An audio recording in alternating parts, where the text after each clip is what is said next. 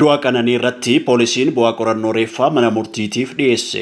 Du'a shamarree Qananii addunyaatiin walqabatee shakkamuun to'annoo jala kan jiru kaadhimaan ishee Wallisaa Andu'aalem Gosaa torbee lamaan dura mana murtiitti dhiyaachuudhaan poolisiin yeroo qorannoo dabalataaf guyyoota 14tti gaafate. Manni murtiis yeroo qorannoo poolisiin gaafate kana keessaa guyyoota 13 heeyyamuun ture beellamni har'a bitootessa 26/2025tti kan qabate.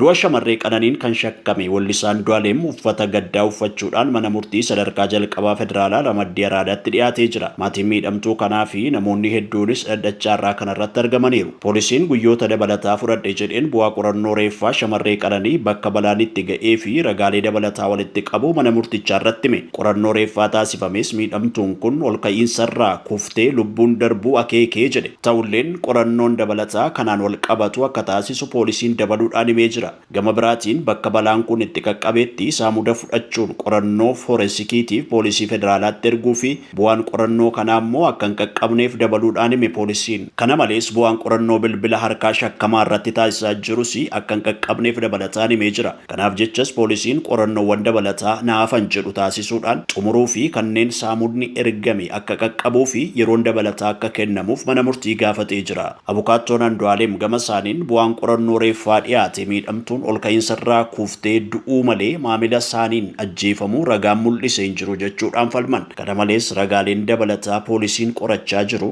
dhaabbilee akka hospitaalaa nageenya biyyaalessaa poolisii federaalaa harka jiran waan ta'eef shakkamaan yoo wabiin ba'ee ragaan miliqsuu danda'u hin jiru jedhan. Poolisiin gama isaatiin shakkamaan yoo wabiin ba'ee ragaalee namaa poolisiin qopheessaa jiru yaada jijjiirsisuu waan danda'uu fi shakkamaan kun wabiin ba'uu hin qabu jechuudhaan dhaddachaarratti falme. Manni murtichaas falmii gama lamaanii erga dhaga'een booda poolisiin ragaalee qorannoo naafan jedhu akka dhiyeeffatu guyyoota 12 dabalataa hayyamee jira. Mirga wabii abukaattoon gaafate kufaa gochuunis bitootessa 29/2017 beellama qabateera. Gabaasni kan BBC'ti.